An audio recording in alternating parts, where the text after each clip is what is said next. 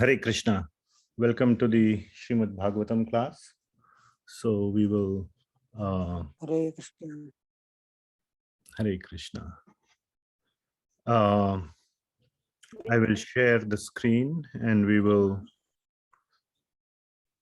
recite the Mangalacharan prayers. I hope you can all see the Mangalacharan prayers on the screen. Yes, Prabhuji. Yes, Prabhuji. Okay, we can recite together or whichever way you all want, definitely in the room. Om Ajnanatimirandhasya Jnananjana Chakshurunmilitam Yena Shri Gurave Namaha. Shri Gurave Namaha. Chaitanya Manopushtam Stapitam Yena Bhutale Swayam Rupa Kadamayan Dadati Swapadantikam Vandeham Shri Guru Shri Vaishnava Shri Rupam Sadrajatam Sahagana Raghunathanvitam Tam Sajivam Sadvaitam Savadutam Parijana Sahitam Krishna Chaitanya Devam Shri Radha Krishna Padan Sahagana Lalita Shri Vishakhanvitamscha Nama Om Vishnu Padaya Krishna Pristhaya Bhutale Srimate Bhaktivedanta Swami Namine Namaste Saraswati Deve Gauravani Pracharini Nirvishesha Shunyavadi Paschatya Desha Tarine He Krishna Karuna Sindhu Deenabandhu Jagatpate Gopesha Gopika Kanta Radha Kanta Namostute Tapta Kanchana Gaurangi Radhe Vrindavaneshwari Vrishabhanu Sute Devi Pranamami Haripriye Vanchakalpatarubhyascha Kripa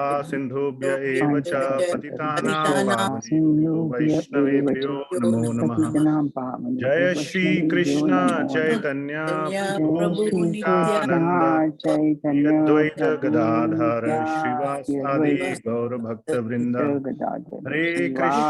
Hare Krishna Krishna Krishna Hare Hare Hare Rama Rama Rama Hare Hare Rama, Hare Rama, Rama Rama, Hare. Srila Prabhupada ki jai. Okay.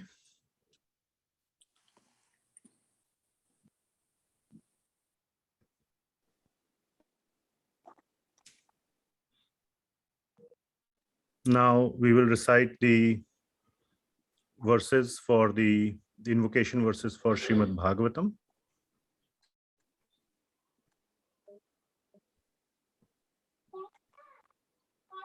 I hope you can see the PowerPoint.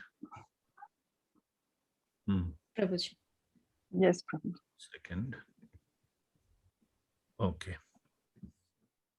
So, paying our obeisances to Sri Shukadev Goswami and Sri Parikshit Maharaj and Sri Sutta Goswami and the Rishis of Naimisharanya. Please repeat after me if possible.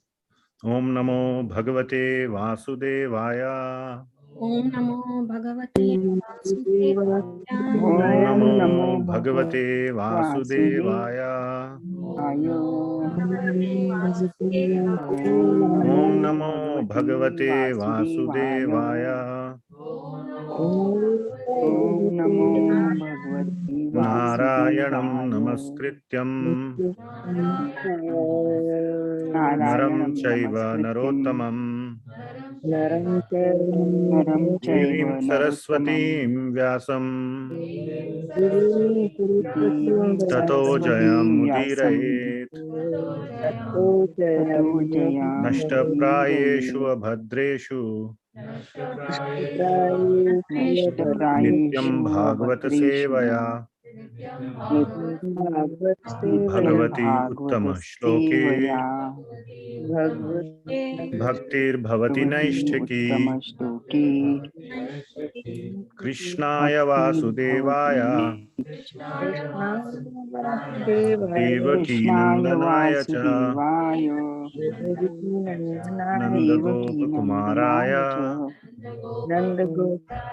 Govindaya Namo Namaha Govindaya Namo Namah. Govindaya Namo Namah. All right. So I'll turn this way, perhaps. Let's see.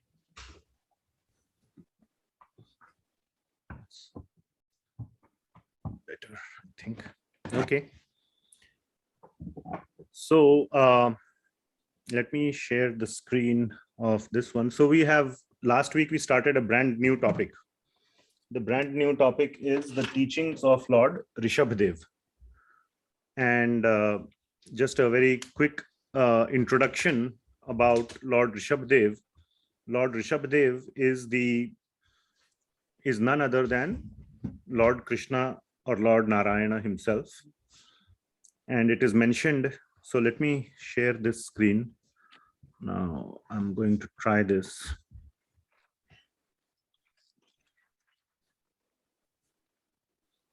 And see how that works. Okay. So everybody can see this. Teachings of Yes. Lord Rishabhadeva's teachings to his sons. Yes, Prabhuji. Okay, great. So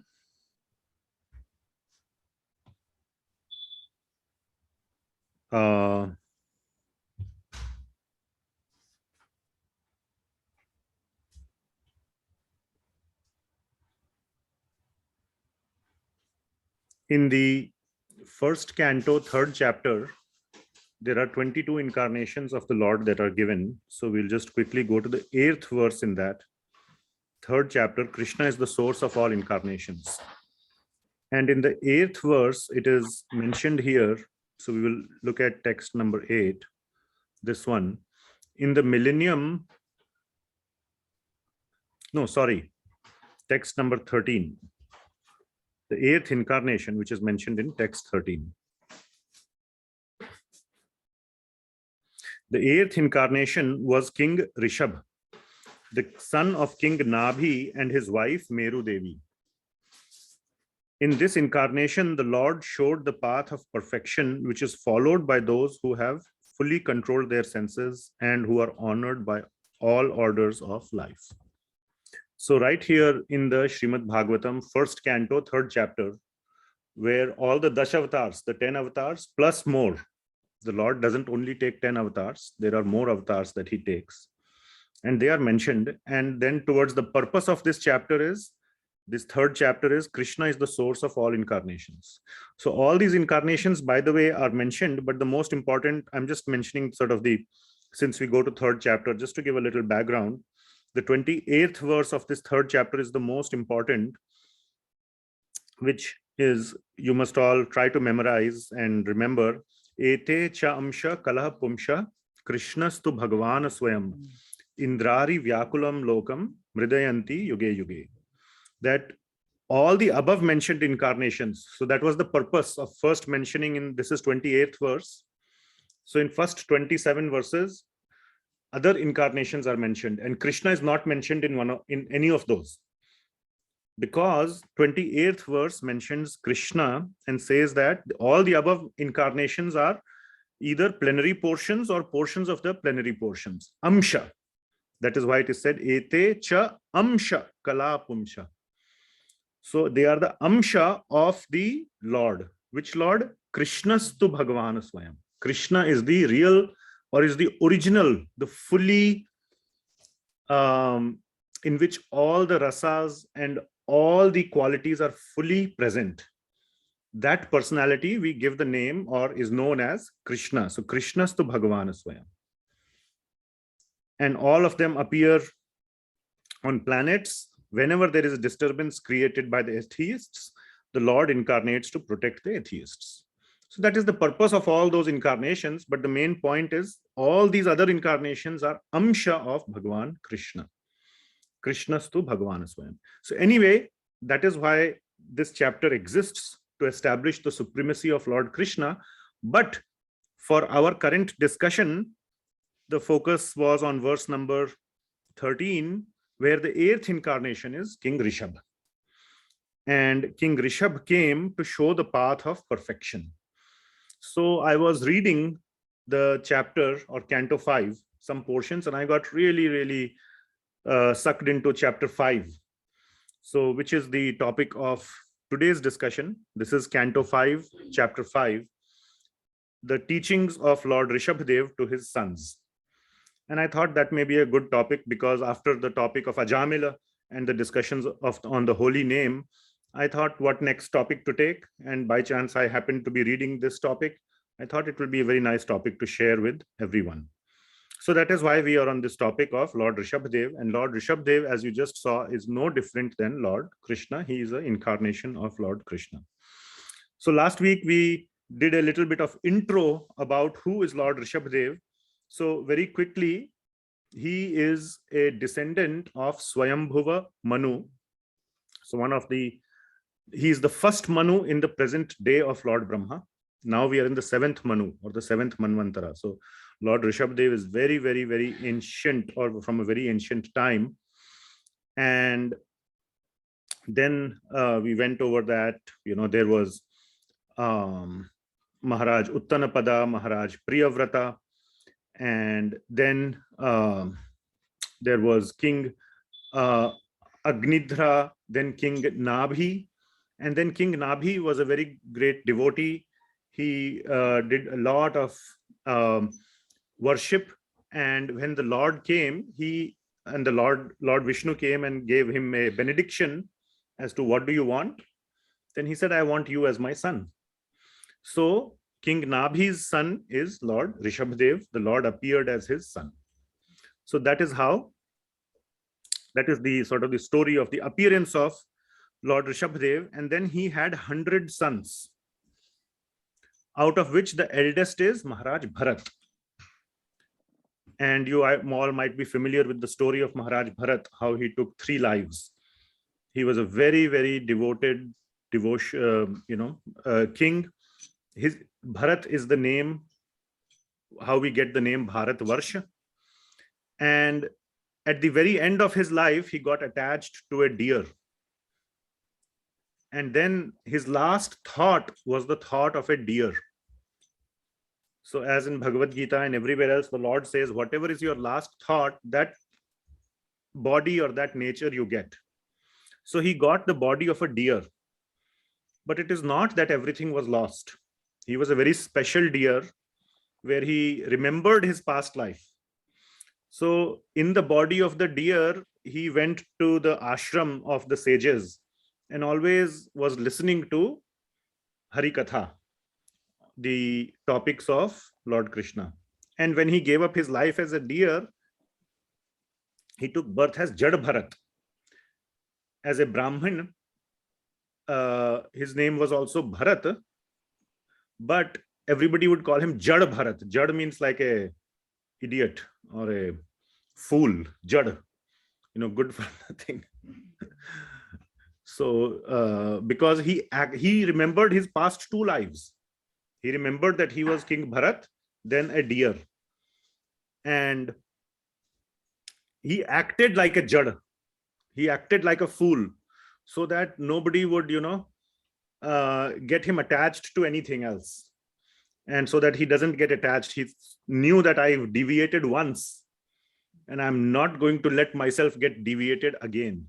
The best way to not get deviated again is to let people leave you alone. If people leave you alone, and the best way for people to leave you alone is for you to act dumb. Who wants to talk with a dumb guy? So he acted dumb. And then at the end of his life, he went back to the spiritual world. So this is the 3 lives of King Bharat. So King Bharat's father is Lord Rishabhadeva. So this whole 5th canto, half of 5th canto is describing this whole lineage. And Lord Rishabhadeva is a big part, a reasonably big part. And then another big part is this whole story of King Bharat. Yes, Mataji? 2 डब्बे ऐसे ही पड़े, वो चंदा दीदी को दे दिया था ना.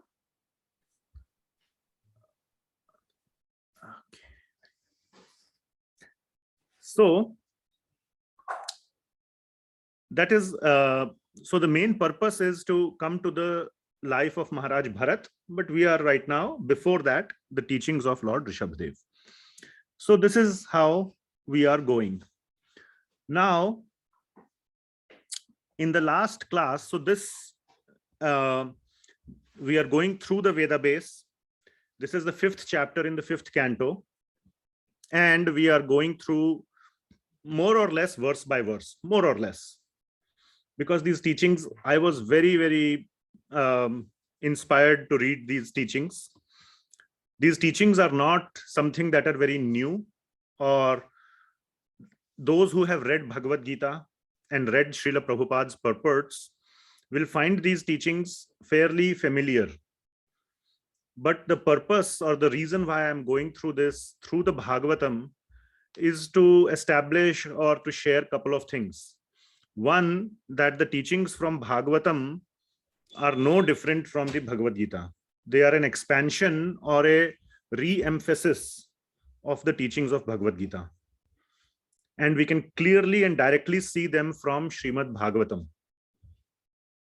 The second point is that just like the Bhagavad Gita, the Bhagavad Purana is the topmost. The Bhagavad Purana, among the Puranas, it is the topmost Purana. And these teachings being present in the Srimad Bhagavatam, at least for me, is very sublime, is very pleasing, is very satisfactory. Somehow or the other, in my mind, I attribute a lot of importance to what is written in Srimad Bhagavatam. If it is not in, if something is not in Srimad Bhagavatam, I might look at it with a questionable eye. On the contrary, if it is written in Srimad Bhagavatam, it is cemented with like steel. So because these things are mentioned in Srimad Bhagavatam, it just cements these concepts in the mind very, very strongly. And another point or another reason to kind of share these things are in the Bhagavad Gita, Srila Prabhupada's purports have everything, all these things, because obviously he is a Paramahamsa. He has read all these scriptures, not only read, but assimilated and internalized. And in the purports, he has given us the knowledge. But to see that, oh, Srila Prabhupada said this, so and so thing in the purport, it may not be directly in the verse of Bhagavad Gita, but it is in the purport of Srila Prabhupada. And it is being taken from this place and this verse in Srimad Bhagavatam. There we directly see, we say, yes, we can appreciate Srila Prabhupada's depth, and we can also connect that whatever Srila Prabhupada is saying is directly coming from our topmost authorized and the foundational scriptures. So just to realize and connect all these dots is very nice and very pleasing for everyone, I suppose. So that is why we are sort of relishing the Srimad Bhagavatam. This section, this last week, today, maybe for next 1 or 2 more weeks, will be a relishment of the Srimad Bhagavatam. And to see that the Srimad Bhagavatam is actually saying these things. Okay. So we covered 4 verses last time, and I want to quickly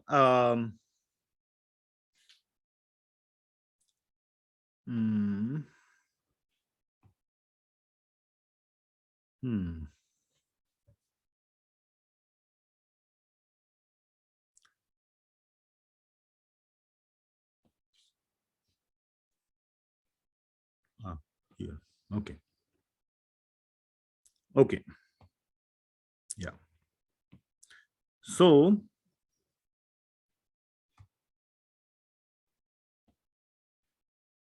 okay. So we will go verse by verse. Now we went through 4 verses. For the first verse, the main essence of the first verse, and what I have done also is gone through the purports, obviously, of Srila Prabhupada and Sri Vishwanath Chakravarti Thakur. And the special thing in the purports of Sri Vishwanath Chakravarti Thakur, very sweetly and very beautifully, one thing he has given is he has created a linkage between almost all the verses, which pretty much ties it into a story-like formation. Even though these verses are very philosophical and full of knowledge, but he has tied it into a story or a conversation. I found it to be very beautiful, and I will humbly attempt to share that with all of you.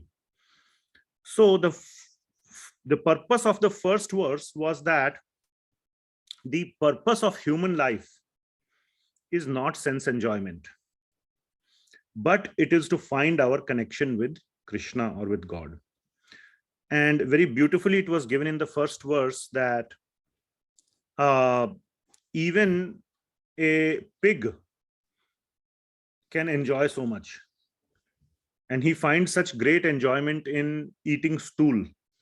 For the pig, that is enjoyment. We may think, oh my God, such a disgusting thing to do, but for him it is enjoyment. So he's also enjoying. And if you tell him to stop eating stool, he will be offended.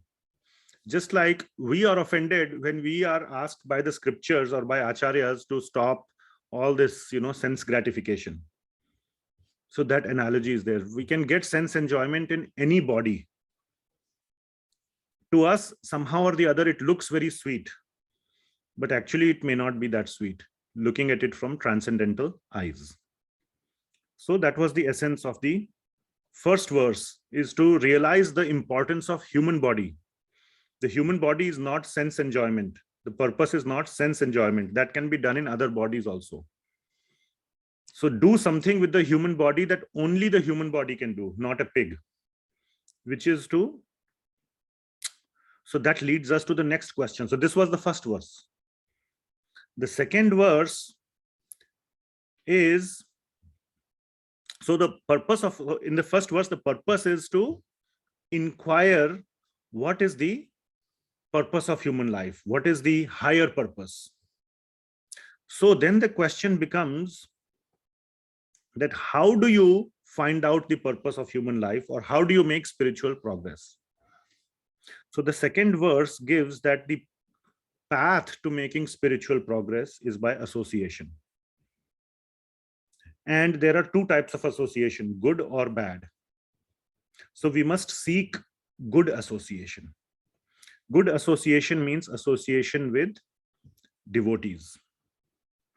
So who are devotees? How to identify devotees so that we can associate with them?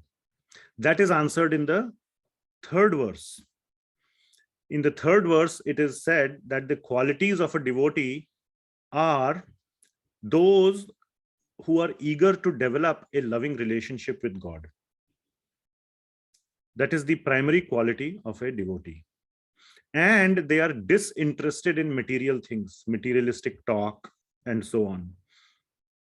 And also they are not very much interested in sense gratification or collecting more than needed. It is not that they are sannyasis only, or who actively just give up. Giving up is not the point, but utilizing whatever is needed for their need. And the point that was mentioned is that householders therefore can also be devotees. Householders have a house, have a living structure, but it is not extravagant. It is modest. And that is how one can identify devotees. Then a next topic began, and that topic will continue till mostly a large part of today. So in verse number 4, the topic that was covered was, what is the source of sense gratification? So we will start from here. So 5.5.4. We covered this verse, so we will not go through it in detail, but the main point is source of material misery. What is the source of material misery? Okay. And it is given in this verse, the answer is our sense gratification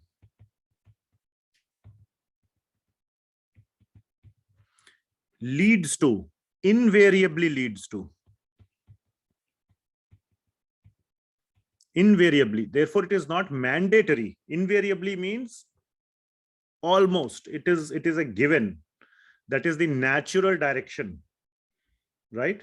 It's not mandatory, but it invariably leads to sinful activity.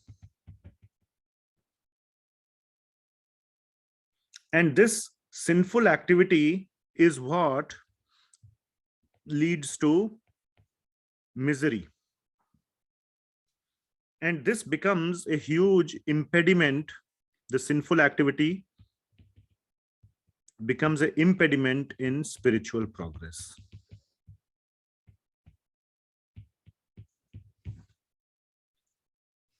And this is what binds us in cycle of birth and death. Okay. So this is the point that was being made in the 4th verse. So now we will start today from where we left off. So,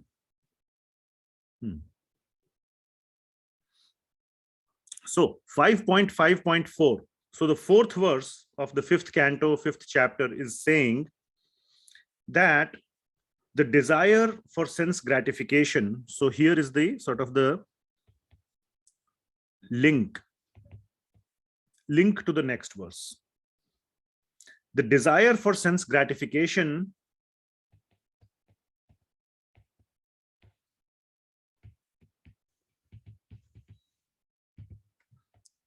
leads to sinful activity.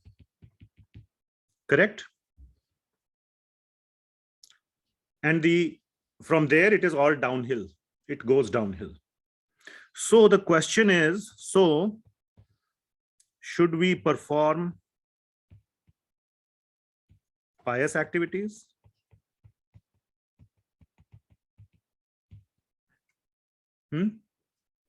What is the opposite of sinful activities? Pious activities. Now, sinful activities was the source of all these problems binding us in the cycle of birth and death, etc., etc. Isn't it? We just read in the 4th verse.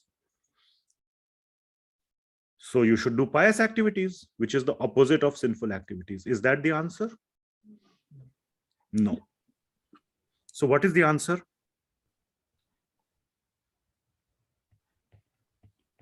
Need to surrender all our activities. Yes, we should surrender our activities to Lord Krishna.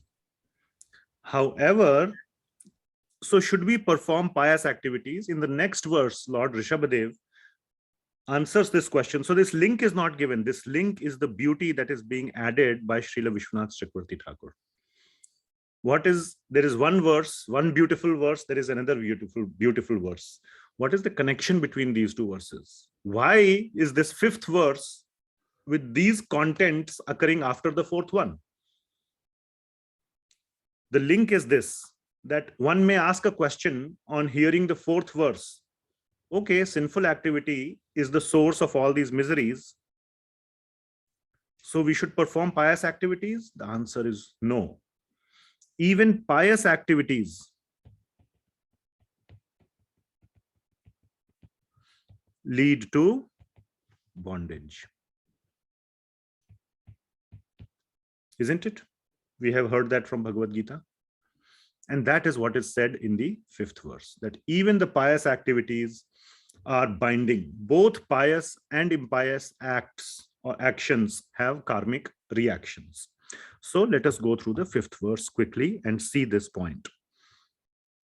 So this is the 5th verse. So here side by side, I am displaying the 5th verse, and you can read, and we will try to recite. So please try to recite after me. We are doing this sort of a, relishment of Srimad Bhagavatam. So please try to repeat it. The verse is in front of you. Parabhavastavad bodha jato yavanna jigyasatatma tattvam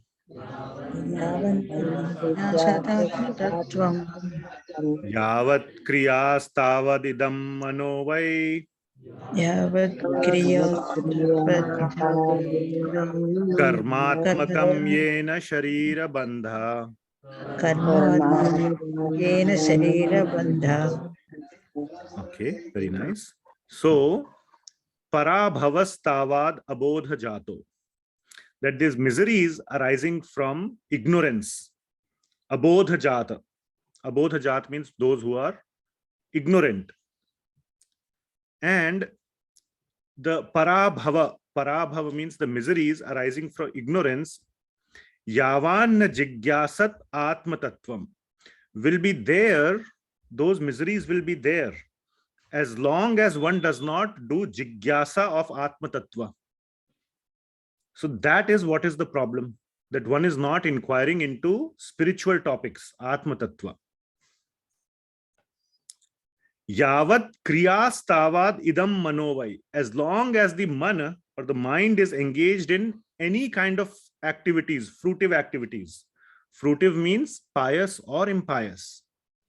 Doesn't have to mean only impious. Karmatmakam yena sharira bandha.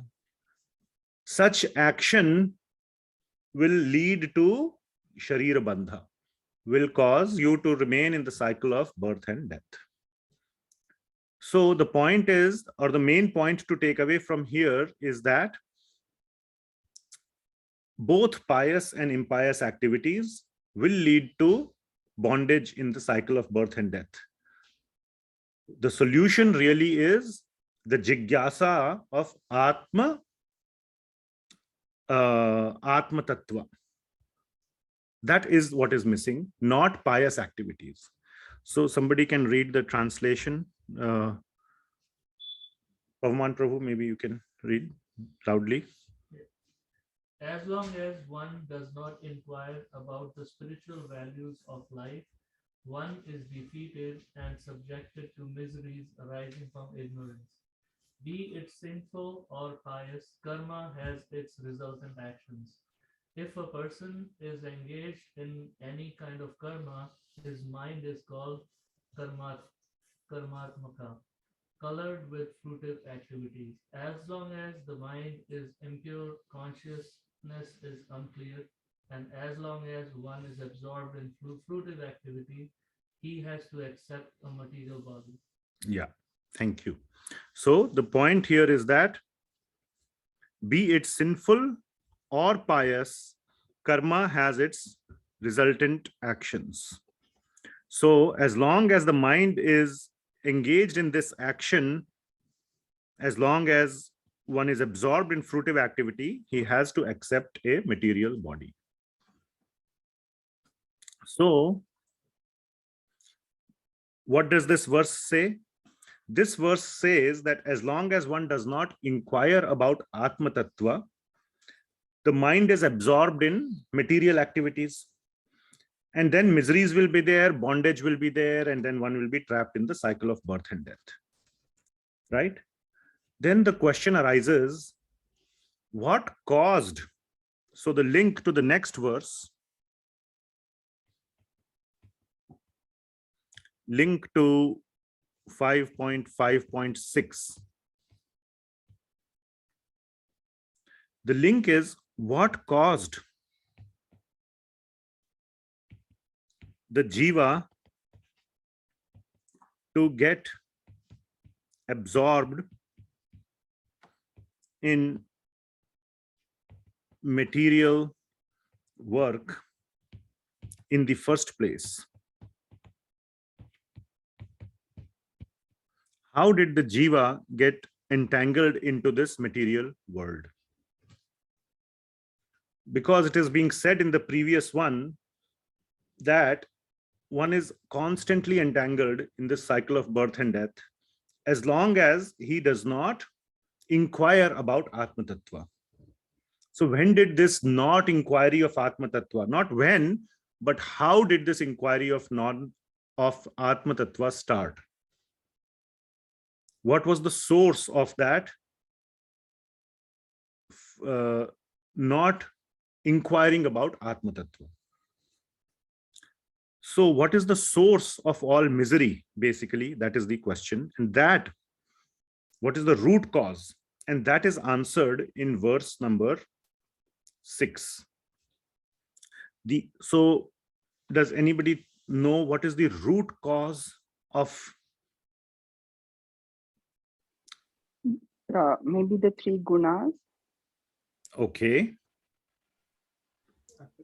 Free will, Prabhuji, I think free will. And forgetting his relationship with Lord.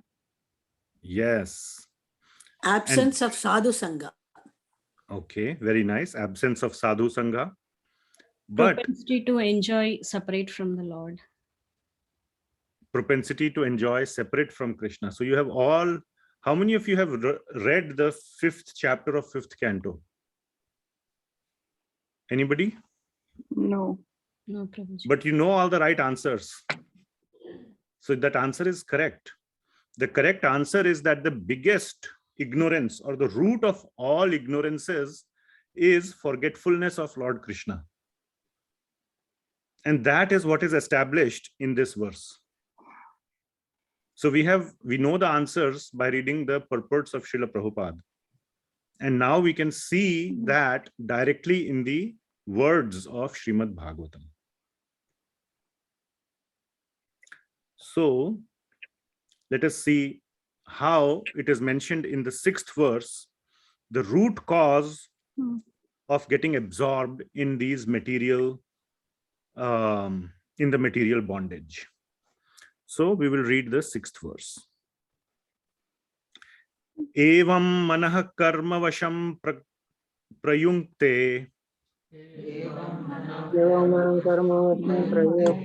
avidyaya atmani upadhiyamane Avidyaya atmani upadhyamane Pritirna yavan mayi vasudeve Pritirnaya Vasudeva na muchyate deha yogena tavat.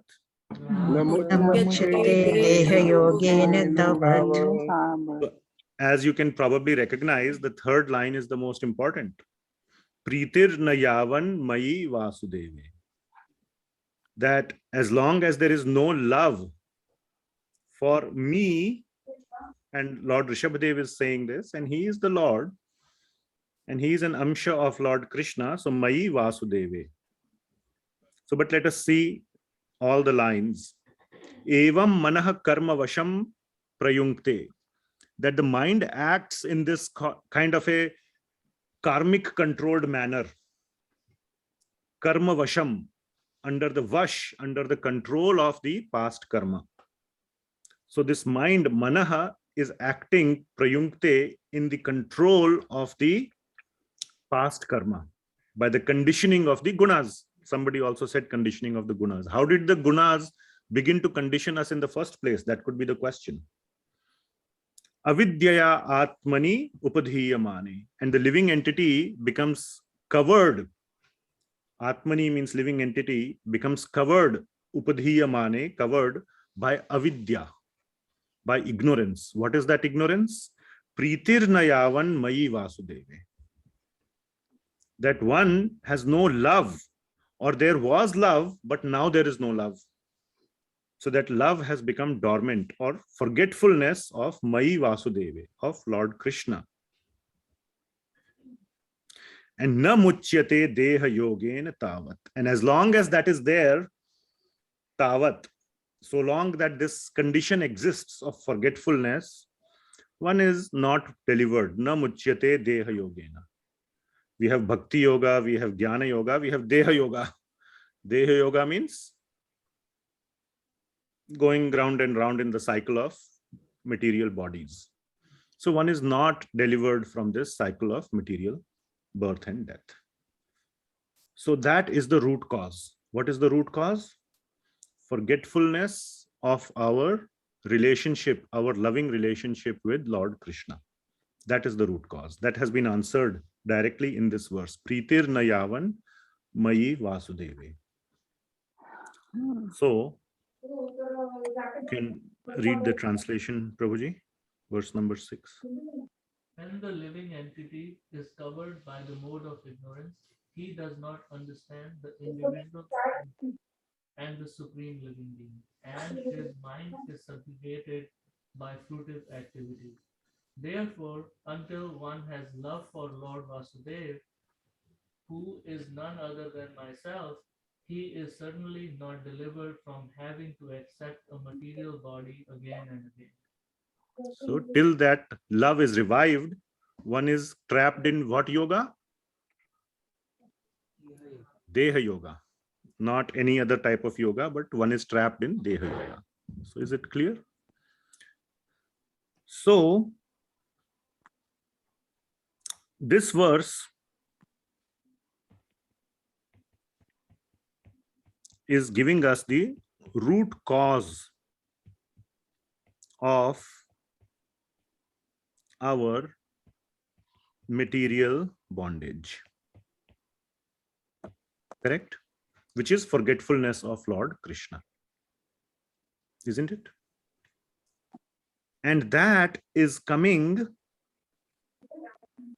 from our lack of inquiring, the jigyasa of Atma Tattva. So once we are in this material bondage, we are not doing jigyasa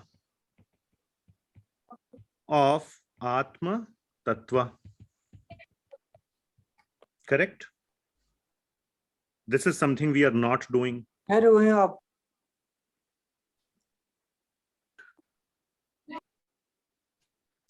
Yeah? Yes. So what is the solution?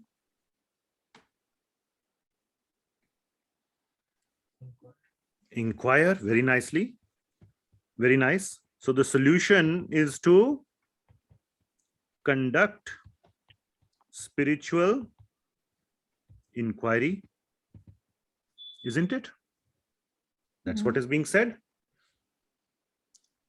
We forgot our relationship with Krishna and we are not able to revive it because we are not doing spiritual inquiry. Therefore, what must you do? Spiritual inquiry. So my question to you, so what is the next question? Again, very beautifully, the link to 5.5.7, the next verse is spiritual inquiry alone sufficient, or is something more needed? Just by doing spiritual inquiry, is it enough? Practice. Or spiritual guru. Very nice. Practice. Then somebody said spiritual guru. Anything else that comes to mind? Just to collect some more points. Association of devotees. Association of devotees. Very nice. Constantly hear about the Lord, Prabhuji. Krishna Very Katha. nice. Yeah. Constantly engaging in hearing Krishna Katha. Krishna Katha. Yes, very nice. All these points are Remembering him. Yeah. Remembering Lord. Yes. remembering the Lord. Yes, very nice. So the All answer 9 is points. All 9 points of Shravanam. yeah. Yes. So the answer is, or the question is spiritual inquiry alone sufficient? The answer is no. It is required. We say it is a required but not sufficient condition. So it is definitely required, but it is not sufficient. So what is needed? What is also needed is application. Application of that knowledge is absolutely essential. Spiritual inquiry is just the first step. One just gets jnana. But jnana is not itself very valuable. This was something I heard long back. How many of us have, more weight on our body than we want to have? I'm definitely one of them. Almost everybody has more weight than they want to have. Correct?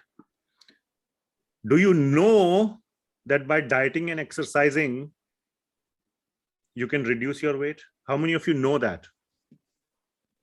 No, right? Yeah. We all know. So Everybody what knows, difference has the yeah. knowledge made?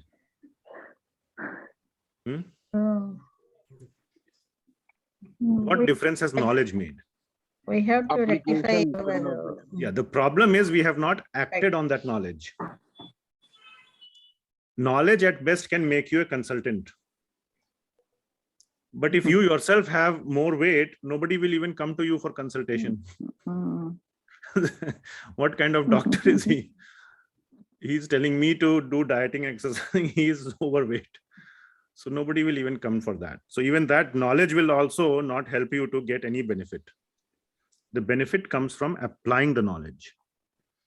And this first step, we will discuss more steps.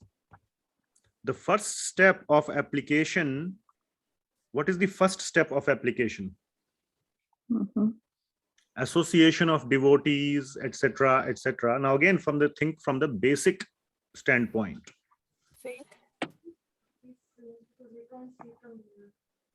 Listen Make or hear. Make it like this, like half. Swap the screen means what? But then reading will be a problem. This is better? Okay, fine. Yeah, come forward. All the space is there in the middle. Please come and occupy this center space. So what is the first step in application of that knowledge? dedication towards the Huh? dedication towards the knowledge to apply it. Dedication must be there. Okay, so you're saying dedication. Very nice. So I will say, I think small steps, Prabhuji, baby steps. okay, baby steps towards what? Towards which direction? Spirituality. Performing there's- devotional service and waiting for Yes. So Lord. all those are right answers. Again, we don't want to make it a guessing game. Find the right word or something. But the Shastras say the first step is detachment. Detachment, and someone said, from desire for what? Detachment from desire for material. Sense gratification. sense gratification. That is how this chapter started, if you remember. Lord Rishabhadeva gave the example of the pig. He is also doing sense gratification. We are also trying to do sense gratification. But that is not the purpose of human life. Pig's life, yes, his body has been made so that that's the only thing he can do. If you try to feed halwa to a pig, some devotees wrote an article. They actually tried to feed halwa to a pig. He rejected it, because his body has been constructed in a way as to not relish halwa. So they conducted this experiment. They took a lot of halwa to the pig. Didn't eat. But our body is constructed differently. But somehow or the other, we have become attracted to sense gratification. So detachment from sense, the desire for sense gratification, is the first step in the line of application. Of course, there needs to be the inquiry for spiritual knowledge, but application is very, very important as well. Okay. So that is the, how did we come here? No, we were supposed to be on text 7. Okay, text 7. So now we are on text 7, and we will see how just spiritual knowledge is not enough. One must apply it as well. And the primary step or the first step of application is detachment from sense gratification. We will see that in text 7. So let us read 5.5.7. So we will recite 5.5, the 7th text. Yada na pashyati athaya guneham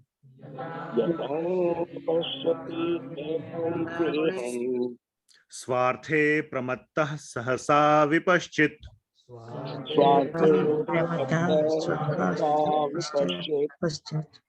Gata smritir vindati tatra tapan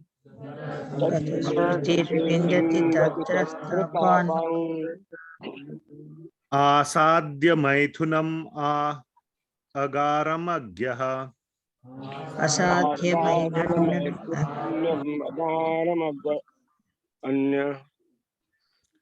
So the first line is Yada na pashyati athaya guneham. When one does not see that there is this unnecessary endeavor for sense gratification. This guneham means the desire to satisfy the senses. When one does not see the unnecessity, the non-necessity of gratifying the senses, what happens to him? Swarte pramattah sahasa vipaschit. Even though he may be vipaschit. Vipaschit means very knowledgeable. So knowledge is there, just like we all know by dieting, exercising. But the moment we see, we go to somebody's house for dinner and they have, nice puri and halwa, we say, oh, can we have one more? Or they will say, lijiye khaiye. Okay, sure, thank you. You take one more. Cannot stop. At that time, the knowledge that I should stop here, not eat one more puri, that knowledge does not come to help. We become mad in because of our tongue or our whatever. So swarte, because of that swarth, of that sense gratification, pramattah sahasa, very soon pramattah, we become mad. Even though we are knowledgeable or one is knowledgeable. Right? So knowledge, which was given in the previous verse as the jigyasa for Atma Tattva, kind of, goes out of the window at that time, sahasa. So very soon, sahasa, he becomes mad in self-interest, swartha. Swarth takes over. Even if one is very knowledgeable. Gata smritir vindati tatra tapan. And being forgetful of his real swartha. What is the real swartha of a jiva? That word swartha is used in two ways. What is the real swartha? What is in the best self-interest of a jiva? To make spiritual inquiry, to become liberated. Exactly. That is the best swarth, isn't it? We are all supposed to act in our self-interest. We just act in our false or misdirected self-interest, not in our real self-interest. The real self-interest, there's no problem in acting in self-interest, as long as we know what is the right self-interest. So if the right self-interest is spiritual progress, but one is forgetful, gata smritir, one forgets, the smriti gata, it goes away. The remembrance or that knowledge of the real swartha goes out of the window. Like real swartha is, I need to have fit body. But when you are offered one more puri, then that remembrance that I need to have a fit body, gata, goes away.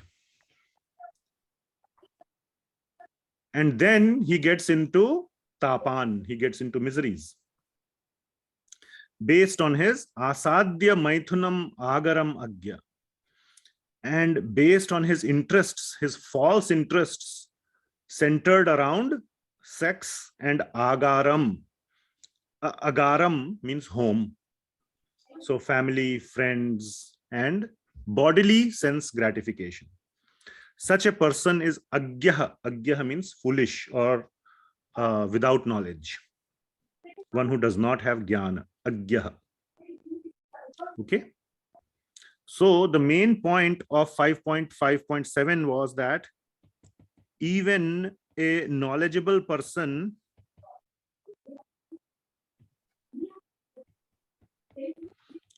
forgets his real self-interest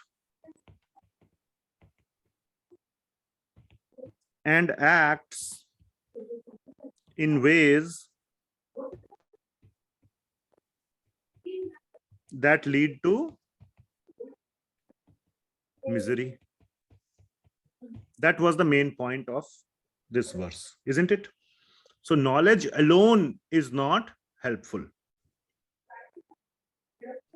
So we will read the translation. Prabhuji can read the translation.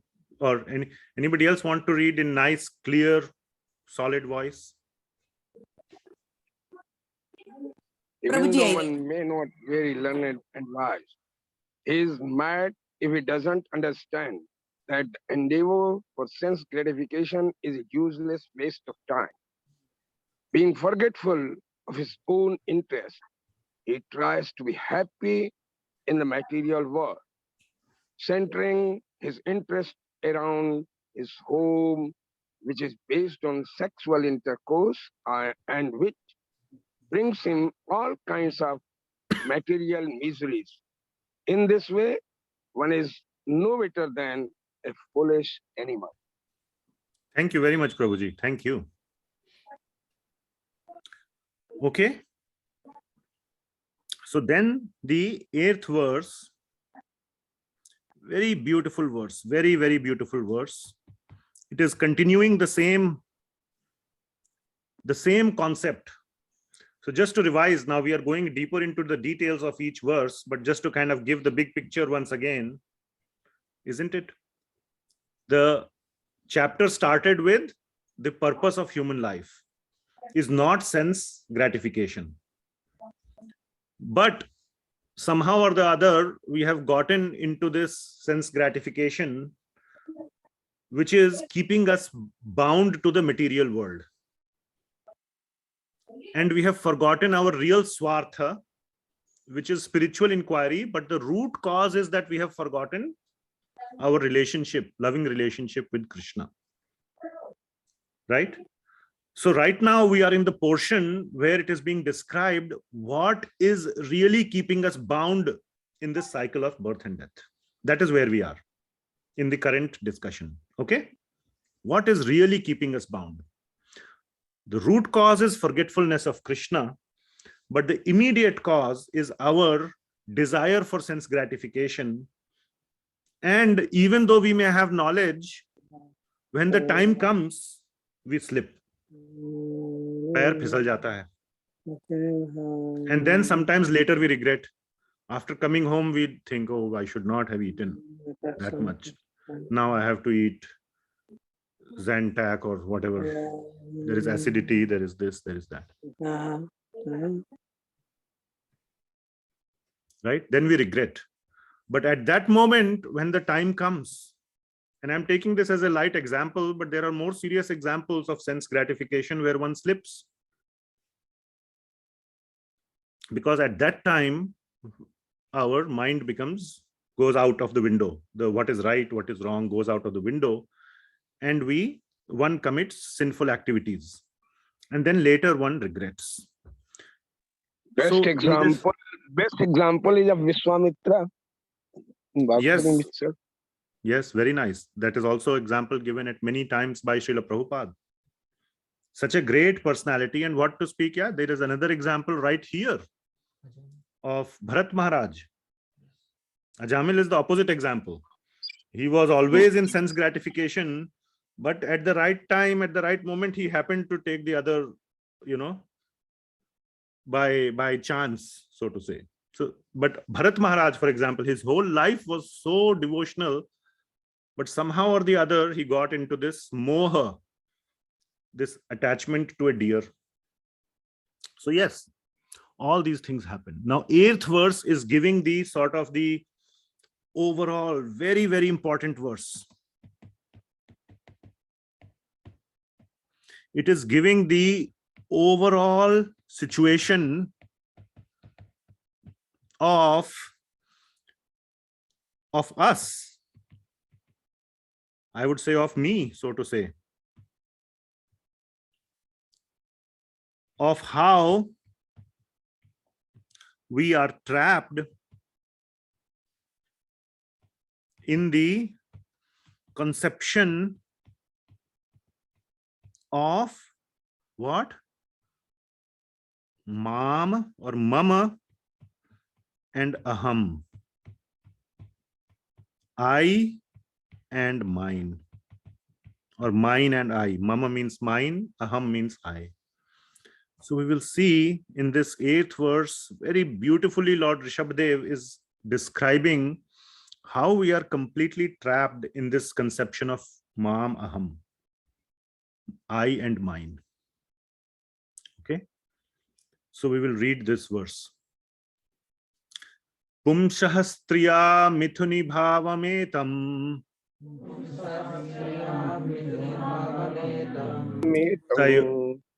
tayor mitho hridaya granthim ahuhu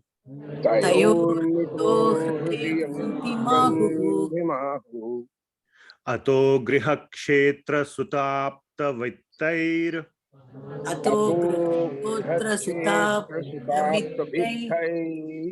janasya moho ayam aham mama eti.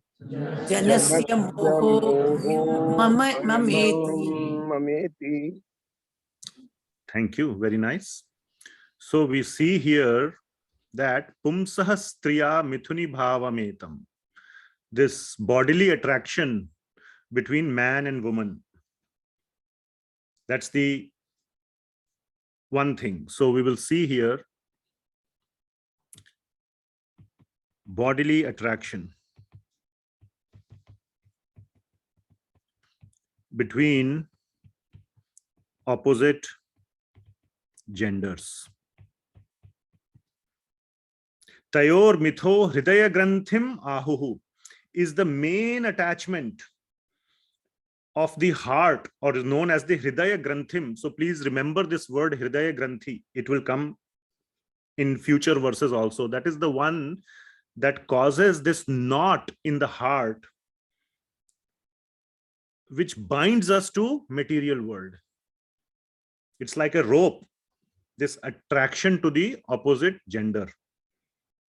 It binds us with a knot, like, with a rope, and the rope has been knotted. So it's very hard to open. So that is known as hridaya granthi. It's a knot in the heart. So this is a very strong type of an attachment that one has, that we have. And it gives rise to 6 different things. There are 6 sort of subsidiary, or 1, 2, 3, 4, 5, and 6. What happens that one becomes attached? So this is the main attachment. One becomes attached to griha. What is griha? Ato griha kshetra sutta apta vittair. So 5 actually, not 6. I think I counted incorrectly. Total 6. This bodily attraction leads to 5 more. Griha. Griha means home. Kshetra. What is kshetra? You have Body. Body. read Bhagavad Gita chapter 13. Body. What is the kshetra? Body. Yes. Isn't it? Kshetra and kshetragya. Who is kshetragya? There are 2 types of kshetragya, the jiva and the paramatma. Paramatma. But the kshetra is the body. So that is the body. Suta. Who is suta? Child. Son. Child. Children. Son. Children. Apta means relatives. Relatives. And vitta means? Money. Money. What do you call finance minister in Hindi?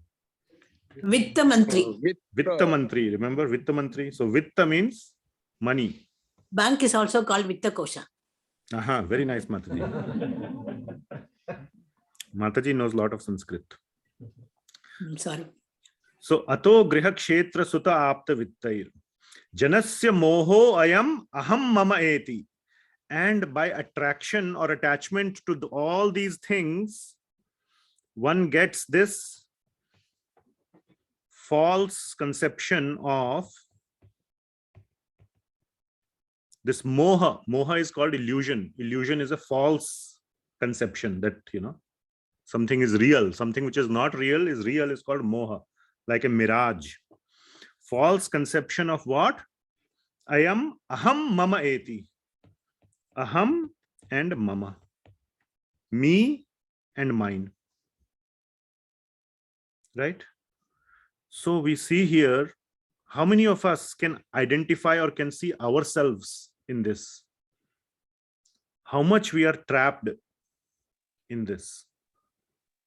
Everyone, I think so. Me, including me, yeah. Yes. So, Renuka Mataji, can you read the translation, please, of this verse? Yes, Prabhuji.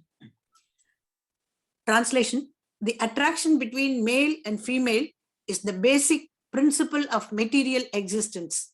On the basis of this misconception, which ties together the hearts of the male and female, one becomes attracted to his body, home, property, children, relatives, and wealth. In this way, one increases life's illusions and thinks in terms of I and mine. Right? Mam and aham. You see those words right here. Aham mameti. Okay. Then, so what should we do? So we'll go and explore the link.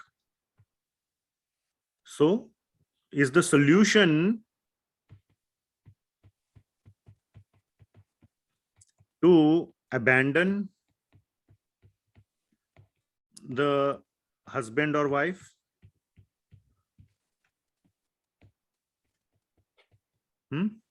Is that the solution? Bye-bye. No. No. No. No. Yeah. So the answer is no. So what is the right answer? If that is not the answer to abandon the husband or wife, that has been said here, isn't it? The root cause is bodily attraction between opposite gender. So the answer Very is to nice. attach oneself to Lord. Yes, but what Service, to abandon? Lord's service. The focus, yes, you are absolutely right, Mataji. But what should we abandon? Should we abandon the person? Now everybody listening should get a divorce. Is that the answer? Belief and honest Abandon the attachment. Yes, so abandon the attachment and Exactly. fruitive desires. Yeah. exactly. So Attachment. Vivek Prabhu here and other devotees here said, answer is no. The real answer is to abandon or give up the attachment.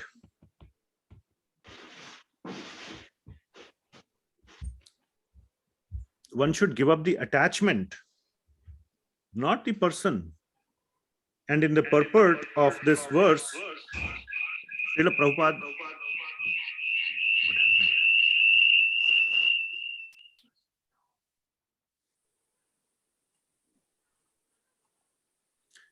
and in the purport here, Srila Prabhupada is giving the example of Brahmaji. And many other devotees are there who are married. And many times the wife can give proper guidance to the husband. Is there any strong example you remember where wife is giving proper guidance to husband? Tulsidas. Okay, I don't remember that. Draupadi in the case of Ashwatthama. Yes, very nice example. Draupadi in the case of Ashwatthama is giving the correct advice to Bhima. Bhima wants to kill Ashwatthama. Arjun is in a dilemma. What to do, what not to do. and Draupadi is saying one thing and Bhima is saying another thing. Another example that we know from 10th canto of Srimad Bhagavatam is the wives of the Brahmanas. The Brahmanas rejected Krishna, but the wives served Krishna. And later on, the husbands, the Brahmanas, came and said to their wives, "You were right. We were the fools. You were the intelligent ladies. You actually got to serve Krishna, whereas we had a chance and we squandered the chance." So there are many examples like that where, I mean, typically I'm saying this, there are many examples where husband instructs the wife, but those are more common examples. So there's no need to mention them.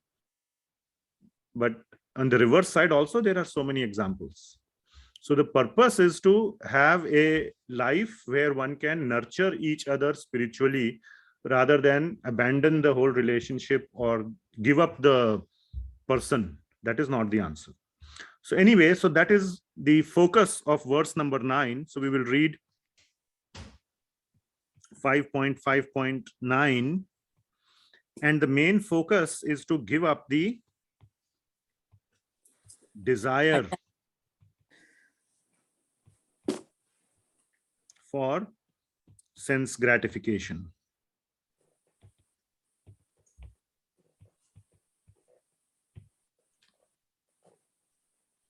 One should slacken, one should reduce, give up or reduce. It starts, somebody said earlier, in small steps. So reduce the desire for sense gratification, reduce the conception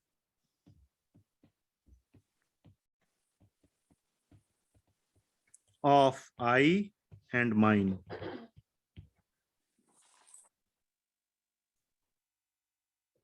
Okay, so that is the process.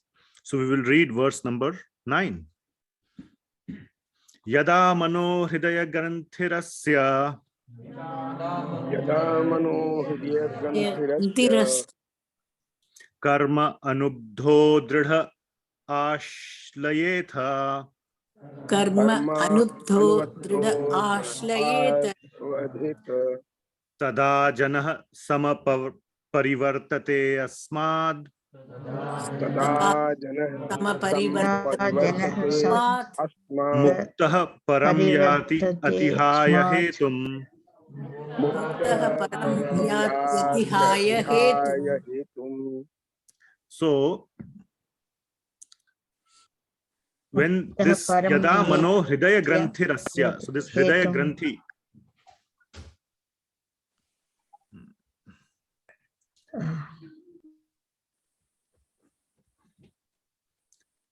so when this knot in the heart, this hridaya granthi, it is basically strong because of the past karma. Karma anubaddho dridha, because of the past karma which arose from past attachments, has become very dridha. The important word here is ashlayetha. Ashlayetha means becomes slackened, becomes loose. How do you open a very tight knot? Have you opened a tight knot before? How do you begin to open it? Loosen it. Loosen the knot. Yes. Is that right? What you wanted to say as well? Yes. You begin to kind of find places where you can loosen a little bit and then see, okay, what is the next string I must loosen? And then you see what else must I loosen? And then after you loosen 3-4 points in the knot, it opens up, isn't it? So that is known as, that is ashlayetha, becomes loosened. Tada janah samaparivartate asmad. Then one turns away from what was described earlier, asmad, from this attachment that was described in the previous verse. And one goes towards liberation. Muktah param yati. Yati means wo jata hai. He goes towards. Muktah param. He goes towards the transcendental situation of mukti. Muktah param yati atihaya hetum. So after giving up this attachment after first you loosen it, and then one is able to turn away from this conception of I and mine, and then one can go towards liberation. So the purpose or the point is to loosen the attachments, not abandon the relationship. Loosen the attachments. So reduce the attachments, reduce the desire for sense gratification. So we will read the translation. So maybe we can have here Vivek Prabhu, you want to read the translation, please? When the strong knot in the heart of a person implicated in material life due to the results of past action is slackened, one turns away from his attachment to home, wife, and children. In this way, one gives up the basic principle of illusion, I and mine, and becomes liberated. Thus, one goes to the transcendental world. Very nice. So here, thank you, Prabhuji. So it is said here, his attachment to home, wife, and children. One turns away from his attachment to them. One doesn't leave the home, but one gives up the attachment, the excessive attachment. And you can see in many cases what attachment to children does. Do you have any scriptural example of somebody who was destroyed because of attachment to children? Primary example is Dhritrashtra. Kaikeyi also, in some sense, yes. But definitely Dhritrashtra, very strong example. How seriously attached he was. He was completely attached to his children. And even when Akrurji went, it is mentioned in the 10th canto, he went and he told, what are you doing? Akrurji. Vidur goes in the 1st canto, there is a story. 10th canto, Lord Krishna sends Akrurji, "Bhai, jaake jara dekh ke aao, kya chal raha hai Hastinapur mein? Can you just go check? How is my cousin Kunti Devi or my aunt Kunti Devi being treated? Is she being treated fairly or not? Because Pandu has passed away." So Akrurji go, because Lord Krishna suspects, I mean, he knows everything, but you know, and Akrurji goes and sees things are really bad. And he has a conversation with Dhritrashtra. And Dhritrashtra even acknowledges that, yes, I am doing injustice, but what can I do? My hands are tied by my attachment to my sons.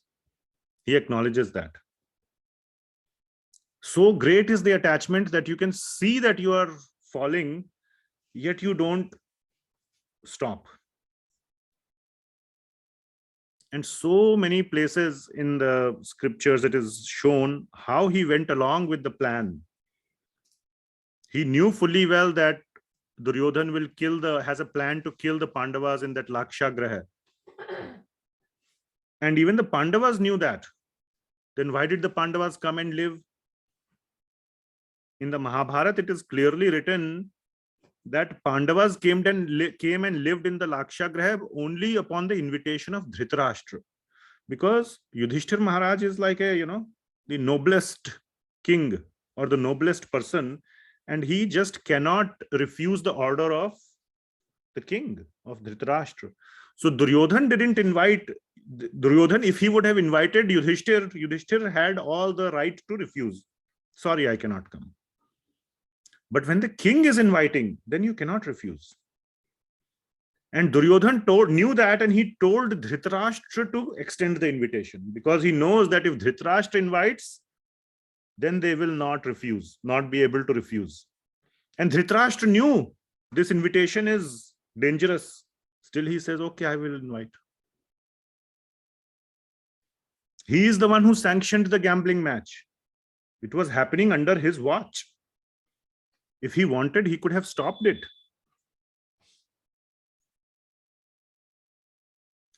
So he was so this is what happens. Okay, so it is almost 7:30, and I will leave you with the link. So one should give up the desire for sense gratification. That is what we just said in the previous verse, correct? That is what we said here. Isn't it?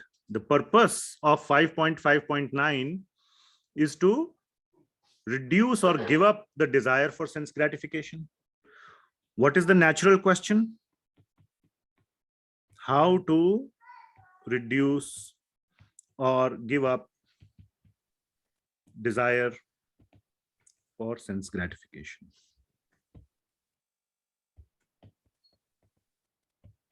How to give up this desire? And what is the answer, you think? Divert, yeah. By attaching to By attaching to Chanting. Krishna. mind to Krishna. But what is the first step? It is right there. If you can read Hindi or Devanagari, it's written right there on your screen. Hamse Gurau Mai.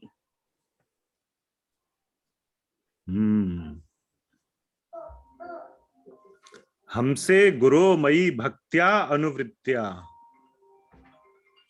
By the process starts by Anuvritti, means by surrendering to a Guru who is a Hamsa. Okay. Hamsa means a Paramahamsa. Paramahamsa. Okay. So the answer is by surrendering to a representative of Krishna. And this representative of Krishna, I'm writing it like a Paramahamsa. What is a Hamsa? Swan. What does a swan do? It What is the separates name milk of the- from the water. It What is the separates name milk of the and German water. airline? Lufthansa. Lufthansa. So that is basically a joining of two words, Lufthansa. Hamsa, who takes you up, lifts you. That's why their symbol is also a swan, if you have seen. You've seen that, right? So a Hamsa, a Paramahamsa, a Hamsa is a normal Hamsa. Lufthansa is a normal Hamsa. It just takes you in the air. Paramahamsa is one who takes you all the way up. Doesn't stop only in the air and then brings you down. It not only takes you up, it brings you down also, right? But the Paramahamsa only takes you up. And that Paramahamsa, who is the Paramahamsa here mentioned? Guru. Guru. So by taking shelter, Anuvritya means by taking shelter of a Guru, who is a Paramahamsa. That is the starting of the process of how to reduce the desire for sense gratification. And there are more things. So, but that is the link. The link to the next verse is how to reduce or give up the desire for sense gratification. It starts with taking shelter of a Paramahamsa Guru, such as Srila Prabhupada. Yes, so we will stop here. And quickly, I just want to summarize the discussion today. So we started off our discussion from the 5th verse and we made it to the 9th verse. 5, 6, 7, 8, 9. It's not bad, 5 verses. Very deep, very important verses.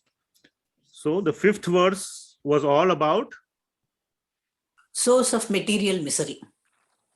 No, the 5th verse was all about. The 4th verse was about that sense gratification invariably leads to. So let me show this. Maybe these notes will be useful. Not notes, but these are sort of summary notes. The source of material misery is sinful activity. So one can think that we should therefore give up sinful activity and we should start performing pious activity. That is the opposite of sinful activity. So the next verse was that even the pious activities lead to bondage. So just stopping sinful activity and starting to do pious activity is not the right answer, because pious activity also leads to bondage. How did we get in this bondage? What is the root cause of this bondage? Karma bandhana. Yeah. Jignasa. No, somewhere it is, we discussed, I didn't write it here, but the root cause is forgetfulness of Krishna. If you see here, which verse we are talking about, 6. So the 6th verse, Pritir Nayavan Mai Yeah, we wrote that. Vasudeve. That is the root cause of all of our bondage, our forgetfulness. So, how can we revive that remembrance? By conducting spiritual inquiry? Is that the answer? Because that is what was mentioned earlier. Is spiritual inquiry alone sufficient? The answer was no. No, application. Application of that is very important. That knowledge, Atma Jnana, is very important. And the first step in that is detachment from the desire for sense gratification. In the next 2 verses, so in this verse, Lord Rishabhadeva very nicely described how even a knowledgeable person, when the time comes to apply the knowledge, he slips. So knowledge alone is not important. Practice of applying that knowledge is also very important. And then Lord Rishabhadeva gives this very beautiful conception of how we are bound or we are tied to this, how we are really creating that bondage ourselves. It's not that somebody else has bound you, kept you in the jail. You are just waiting to become free. No. We ourselves have bound ourselves because of this conception of I and mind.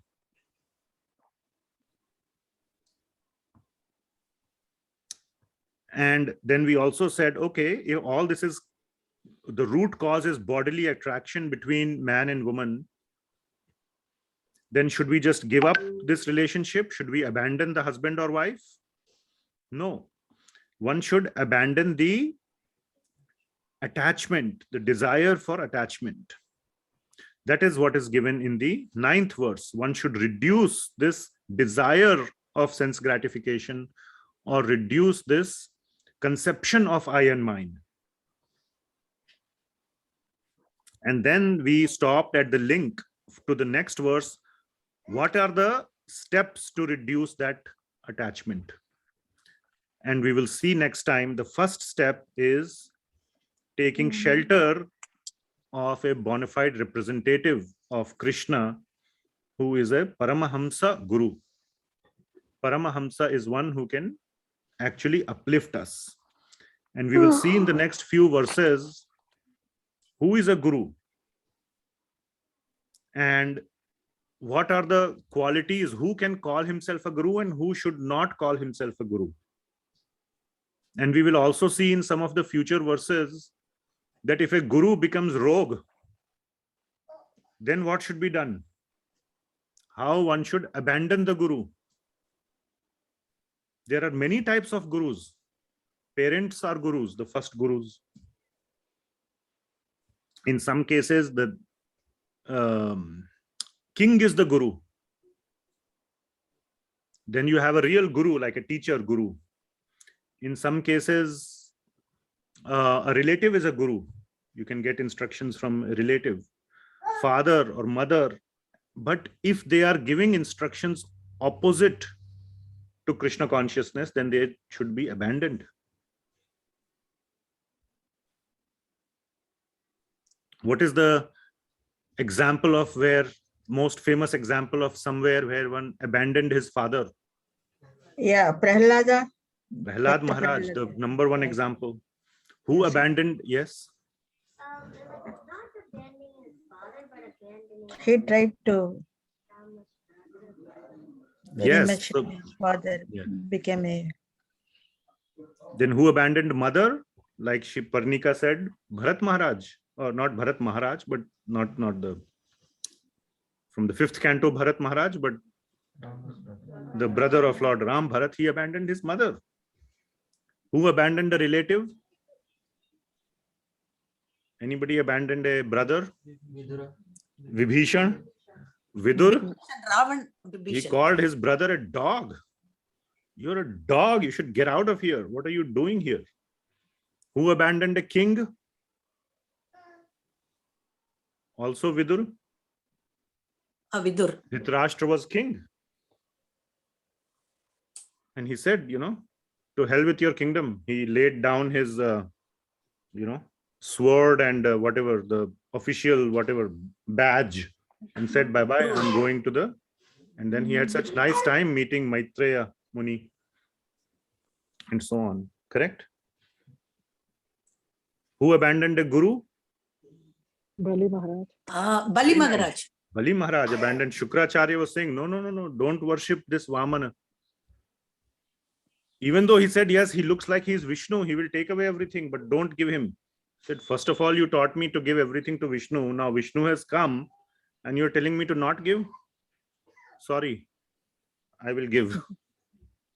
So he abandoned. So there are all these examples of abandoning father, mother, king, relative, guru. So many. If the instruction is not correct. So we will see all these things in the upcoming verses very beautifully. So that is where we will stop here for today. Any comments, corrections, or questions, anyone? Thank you. Thank you. Thank you, Guru. 2 and 5.8 translation. So Vivek Prabhu has a question here in 5.8 translation. So what is the misconception that he's referring to here, the basis of this misconception?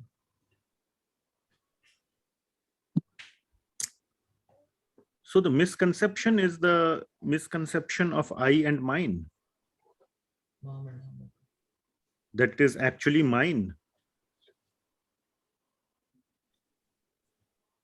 Sir, I have a question. Yes. Sir, is attachment to do our duty a sense gratification? Depending on what duty it is, but yes, mostly worldly duty is what we call as duty is also a sense gratification. Even if you think of like duty to fight for the nation, one of the highest duties, it is called Desh Bhakti, Matra, Desh Prema, whatever, Matra Bhumi.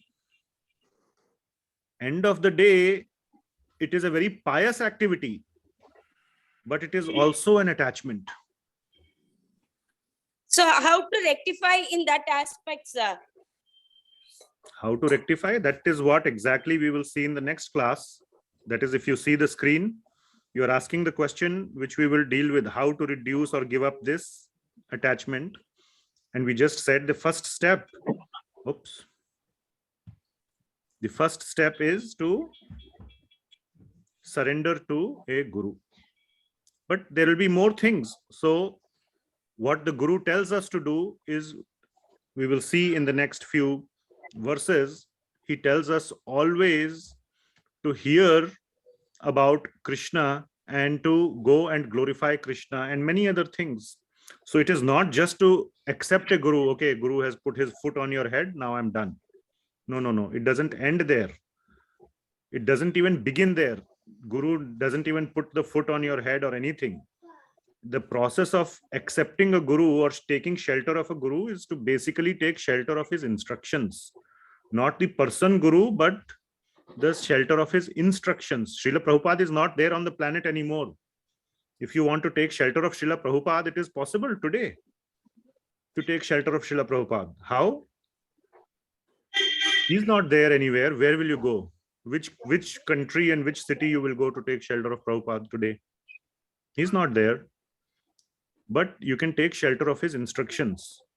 And by following the instructions, we can reduce the sense gratification or the attachment to these sense gratifications, including some of these sense gratifications that are very subtle, that are very hard to understand, like, attachment to duty. One of the highest duties being, fighting for the country or whatever, whatever, fighting or doing great things for the country, etc., etc. Recently, we saw this series called Rocket Boys. Have you seen that? Very nice, about Vikram Sarabhai and Homi Bhabha and Abdul Kalam. Very nice. But ultimately, all that is also attachment. Very good kind of attachment. But if you read Bhagavad Gita and all that, it is all attachment. And this is why Lord Krishna was saying to Arjuna, don't fight because of any attachment to land. Oh, this is my land. It's my rightful land. I need to defend my country. You should not fight for that reason. But you should fight as a matter of pleasing Krishna. And Arjuna only fought the battle not to win the rightful share of his kingdom, but to please Krishna. That's why he says, what is that? Krushya vachanam tava. Karishyami vachanam tava. He doesn't say, Karishyami yuddham atha, that now I will fight. He says, I will do what you say. At that time, if Krishna would have said, okay, you know what, you were right, let's go and let's abandon the battle, let's go, he would have happily followed. So his motive was to follow Krishna's instructions, whatever they be. The instructions happened to be that, okay, let's fight. That is why Arjuna during the battle was just following instructions. He didn't ask any but parantu lekin kintu. Even Yudhishthir asked, when Krishna told fire the arrow on Dronacharya, who was just sitting, he did not ask why this, that, nothing. He just shot. Even Yudhishthir said, oh, why should I tell a lie? He told to Arjuna, fight, shoot the arrow on Shikhandi, no problem, or Bhishma, who was the most dear to Arjuna. So he was just following Krishna's instructions. So that is Krishna consciousness, not all the nationalism and etc. or any other kind of duty for any purpose. Those will lead to higher planets, but won't lead to Krishna. Okay. So can I ask one more question? Sure. Sir, I am a professor of commerce in a college. As a sincere teacher, I accept responsibilities, whatever comes to me, what I have been asked to take up. But when I take up responsibility, my time to do my duty is more, and I'm not able to change my direction towards Bhagavad Gita, Bhagavatam reading and other things. So in which case, how to reduce my sense gratification towards my duty and take up Bhagavatam and Bhagavad. I have a desire for that. But the time I spend for my duty is more and I get exhausted. So the time I am spending for reading Bhagavatam, Bhagavad Gita and doing spiritual work is reducing. So how can I do it? Yeah, very nice. And that is, kind of, I'm trying to connect your question to today's discussion. Loosen the knot. Begin to loosen it. Find some place, one string where you can loosen it. So try to find, the point is, don't go for a, big bang that, okay, from tomorrow I'm quitting the job and I will do 100%. It's not, all or nothing. So start small, take small steps. So you have, let's say, make it a determination that in the weekend, I will spend a few hours doing, Bhagavat Shravan, reading Bhagavatam, doing Kirtana or singing or doing Japa. Make out time or make time in your schedule that you will stick to. Do you have children? Yes, sir. Yes, do sir. you cook for them? Yes, sir. So have you ever given a reason that I cannot cook because I have too much work and let them go hungry? Not possible, sir. Yeah. So like that, we have to somehow make this also in the same category as not possible. And come Yes, up sir. with some structure. To be honest with you, the reason I really want to do these classes on Bhagavatam, to actually share it with you all, is a secondary objective for me. It's a more of a byproduct. Okay, why not? But because I know that Saturday evening there'll be a class and I have to say something, otherwise I will look like a fool. I mean, again, the purpose is not to not look a fool or look like a bright guy, but the purpose is you all will be coming, you all have spent the time, you will be coming, I will be doing, we can have a good discussion. That is a forcing function. But it allows me to do a lot of reading during the week. And that is what I enjoy a lot. And I have tried this. Whenever we say no class because I'm traveling or any other reason, and there was a time when we wanted to start a different kind of class. For 1 year, we didn't start for some reason. I thought, anyway, no problem. If there is no class, I will do my own reading. It never happened. So my point is, come up with some structure, some external forcing functions to make you honor your priority. We are all slippery people. We make commitments and we slip. So come up with something else. Maybe take time with your friend, commit to your friend, find somebody. So association is very important. And you say, okay, I will meet you Saturday, 4 o'clock, and we will sit together for 2 hours and read Bhagavatam. So like that, it is a little bit external at that point, and then you'll be forced to honor it. So somehow you have to force yourself. Okay. So create the structures in your life to make time. Okay. And use your intelligence. I cannot tell you exactly how in your life, you know your life better, but come up with ways in which you can focus on it for some time. You don't have to do 24/7, but do it in small bits, but do it in a consistent way. Not like today you did it and then for 4 months it is gone. And then you were thinking, when was the last time I did? Can't even remember. Not like that. Make it consistent, put some structure in place to make it consistent. And I'm just sharing with you, doing these classes is my way of a structure. I'm forced to read every week, every time, and I love it. Okay. So you have to figure it out for yourself. All right. Anything else? Thank you, sir, for your wonderful guidance. Thank you. I'll try. I'll take up efforts. Thank you.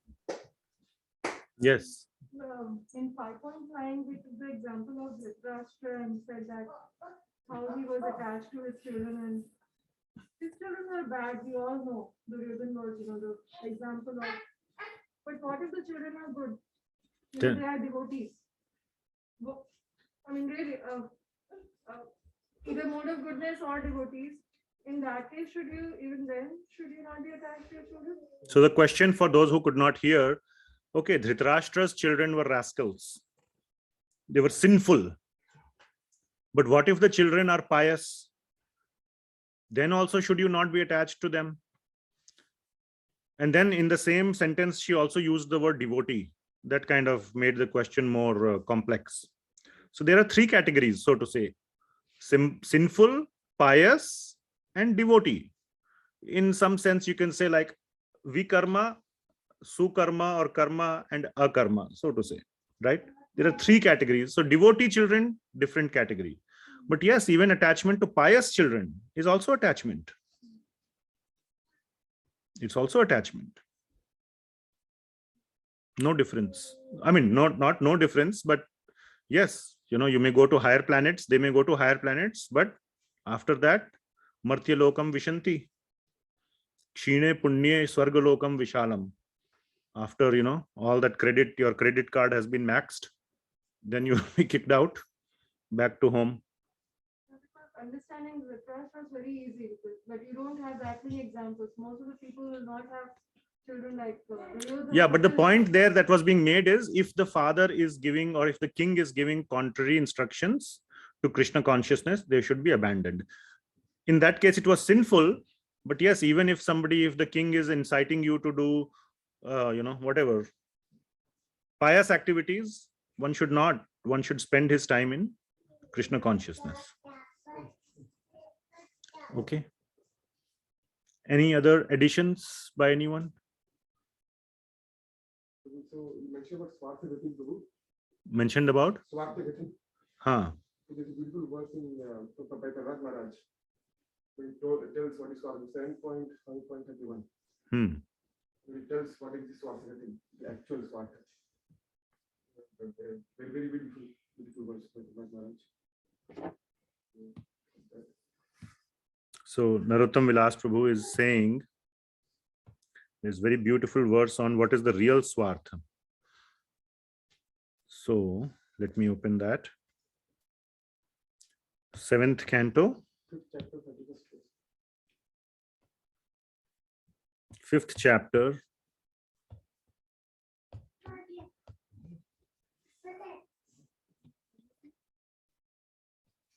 Yes. Nate viduhu swarthagatim hi vishnum. So can somebody please read the translation? Persons who are strongly entrapped by the consciousness of enjoying material life and who have therefore accepted as their leader or guru a similar blind man attached to external sense objects cannot understand that the goal of life is to return home back to Godhead and engage in the service of Lord Vishnu. As blind men guided by another blind man miss the right path and fall into a ditch, materially attached men led by another materially attached man are bound by the ropes of fruitive labor, which are made of very strong cords, and therefore they continue again and again in materialistic life, suffering the threefold miseries. Thank you very much. Wonderful. So this beautiful verse you pointed out about the Swarthagati, the highest Swarth or the real Swartha is Lord Vishnu. And this example of a blind man leading a blind man is coming right in the next verse in the instructions of Lord Rishabhadeva as well. All these gurus, so-called gurus like parent, king, etc., who are not giving Krishna conscious teaching to their disciples or whoever has taken their shelter, same example is given even here. It's like a blind man leading another blind man. They will both fall into the ditch. Very nice. But people will say, very similar verse, 1.21, in which the effects of hearing as mentioned, and the exact body thing is there also. Yeah. 2.21. The strong knot in the heart, Yeah, not of the heart. The body thing which keeps us bound. It says, it pierces the knot of the heart. Yes. That now, if I remove the knot of hearing. Yeah. Beautiful, very nice. Yes. Yeah, there's a 5 verses in which they mentioned what happens. It's just like, yeah, it's part of that. So we hear this, then what happens? This, then what happens? This. And finally, the conclusion is that the knot of the heart is pierced. The effect of hearing is very beautiful. It's a 4 verses, 5 verses, 5, 6 verses. Okay. So 1.2.16 something to 21.